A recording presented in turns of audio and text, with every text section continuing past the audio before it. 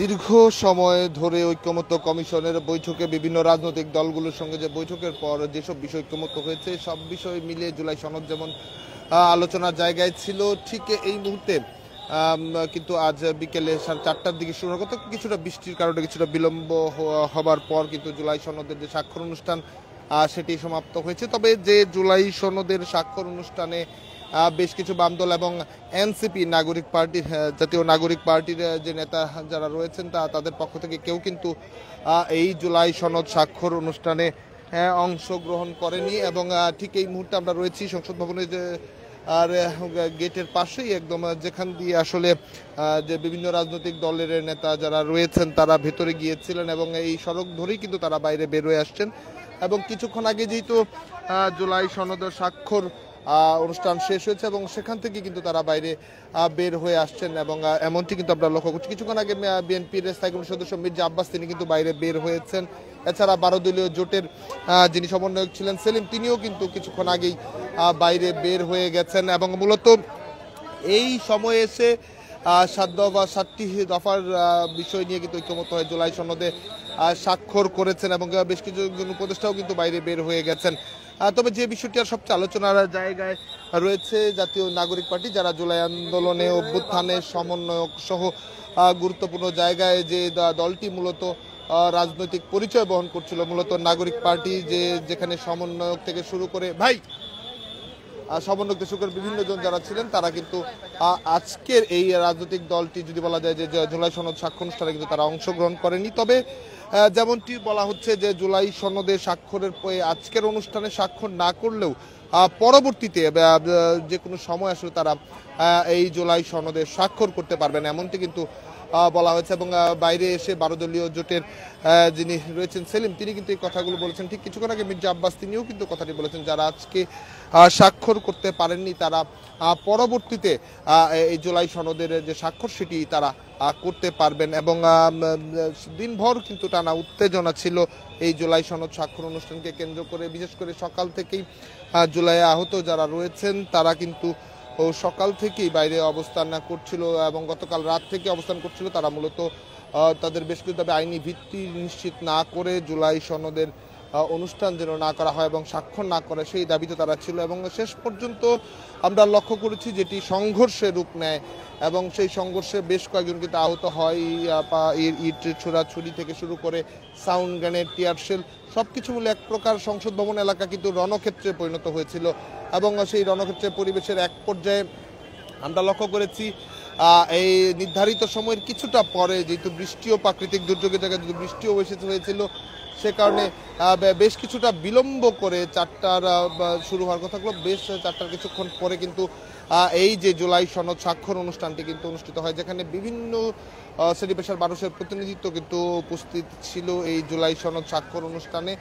এবং সেই স্বাক্ষর অনুষ্ঠান শেষে এই মুহূর্তে কিন্তু বিভিন্ন পর্যায়ে যারা অতিথি যারা ছিলেন এবং যারা উপস্থিত ছিলেন তারা কিন্তু বাইরে বের হয়ে যাচ্ছে। এবং যেমনটি ধারণা করা হচ্ছিল যে জুলাই সনদে আসলে কারা কারা রাজনৈতিক দল কারা কারা সেখানে স্বাক্ষর করবেন এক ধরনের আলোচনা ছিল। সেই স্বাক্ষর অনুষ্ঠানের নানা আলোচনা শেষে কিন্তু আসলে জানা গেল যে বেশ কয়েকটি বাম দল এবং তাদের সঙ্গে এনসিপি নাগরিক পার্টি যে রাজনৈতিক দলটি রয়েছে এবং বিদেশি কয়েকজন পর্যবেক্ষক কিন্তু রাষ্ট্রদূত তারা কিন্তু বের হয়ে গেল, যেমনটি আপনারা দেখছিলেন। এবং আবারও যদি বলতে চাই যে এই এই জুলাই সনদ স্বাক্ষর অনুষ্ঠানে কয়েকটি রাজনৈতিক দল আসলে অংশগ্রহণ করেনি, যেখানে জাতীয় নাগরিক পার্টি নাহিদ ইসলাম যেটির দায়িত্বে রয়েছেন এবং আহ্বায়ক হিসাবে, এবং সেই দলটি সহ বেশ কয়েকটি বাম রাজনৈতিক দল তারা এই জুলাই স্বাক্ষর অনুষ্ঠানে অংশগ্রহণ করেনি এবং তারা সেই স্বাক্ষর থেকে বিরত রয়েছে।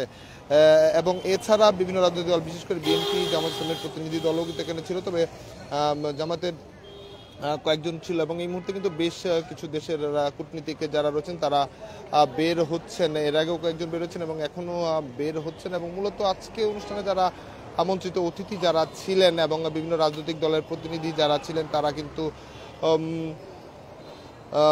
বের হয়ে যাচ্ছেন। এবং যেমনটি আলোচনার জায়গা আমরা যেটি বারবারই বলছি যে রাজনৈতিক দলগুলো বলছে যে একজন 12 দলীয় জোটের যিনি বলছিলেন সেলিম, তিনি বলছিলেন কিন্তু যে এনসিপির না আসা এক ধরনের ছন্দপতন হয়েছে, তবে স্বাক্ষরের কিন্তু সুযোগ থেকে যাচ্ছে, স্বাক্ষরের সুযোগ থেকে যাচ্ছে এমনটি কিন্তু তাদের পক্ষ থেকে বলা হয়েছে। এবং একে একে কিন্তু অতিথি যারা কিংবা যারা আজকে আমন্ত্রিত অতিথি যারা ছিলেন তারা প্রত্যেকে কিন্তু বের হয়ে যাচ্ছেন, আমরা এমনটি কিন্তু লক্ষ্য করছি। এবং দুধারে গণমাধ্যম কর্মীরা যেমন রয়েছেন, বিভিন্ন রাজ্যগুলোর সমর্থকরাও কিন্তু বাইরে অবস্থান করছেন। এবং দীর্ঘ কয়েক মাস, 6 মাসের অধিক সময় ধরে কিন্তু জাতীয় ঐক্যমত্য কমিশনের যে বৈঠক এবং রাজনৈতিক ঐক্যমত্যে পৌঁছানোর বেশ কিছু বিষয় কিন্তু আলোচনার জায়গা জুড়ে ছিল, নানা আলোচনা ছিল, কোন কোন বিষয়ে ঐক্যমত্যের জায়গা তৈরি হয়েছে, কোন কোন বিষয়ে ঐক্যমত্যে পৌঁছানো সম্ভব হয়নি, কিংবা কোনো কোনো ক্ষেত্রে নোট অফ ডিসেন্টও আমরা লক্ষ্য করেছি রাজনৈতিক দলগুলোর পক্ষ থেকে দেওয়া হয়েছিল। সব মিলিয়ে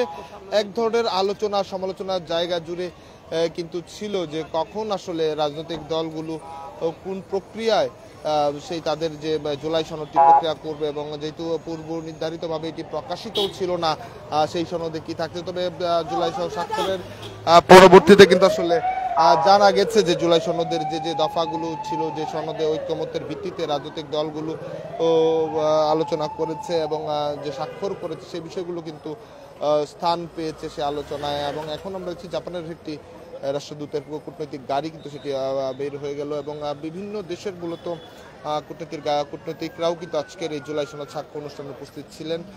এবং আমরা সরাসরি দেখানোর চেষ্টা করছি দেশ সীমান্তর লাইভে।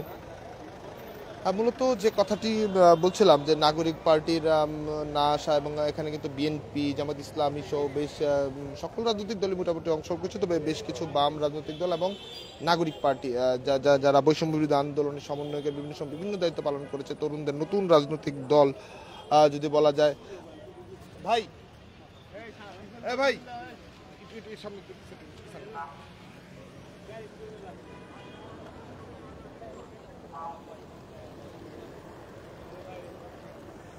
ভাই একটু পেছান না, আপনারা বারবার আগায় যাচ্ছেন কেন? আমরা তো এদিকে দাঁড়াইলাম না।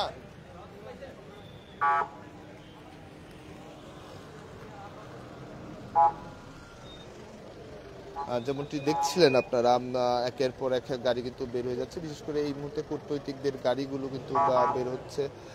কানাডার কূটনৈতিক প্রতিনিধি যিনি এসেছিলেন তিনিও কিন্তু মাত্র বাইরে বের হয়ে গেলেন।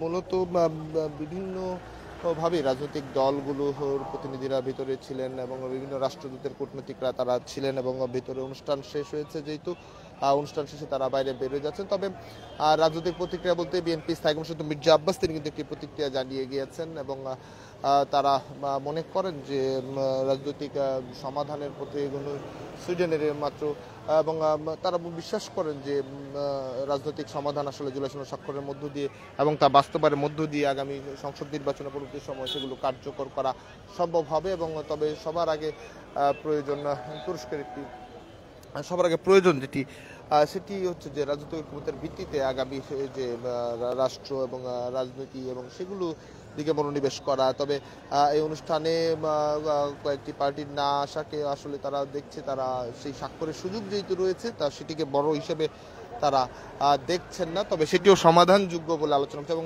সরকারের পক্ষ থেকেও স্বাক্ষর অনুষ্ঠানে বলা হয়েছে, যেমনটি আমরা জানতে পেরেছি, তাদের নাগরিক পার্টি নেতাদের সঙ্গেও আলোচনা চলছে, এবং তারা আশা করছেন খুব দ্রুতই হয়তোবা সেই সমস্যার সমাধান তারা করতে পারবেন আলোচনার মধ্য দিয়ে, তারা এমনটি কিন্তু দাবি তারা করছেন।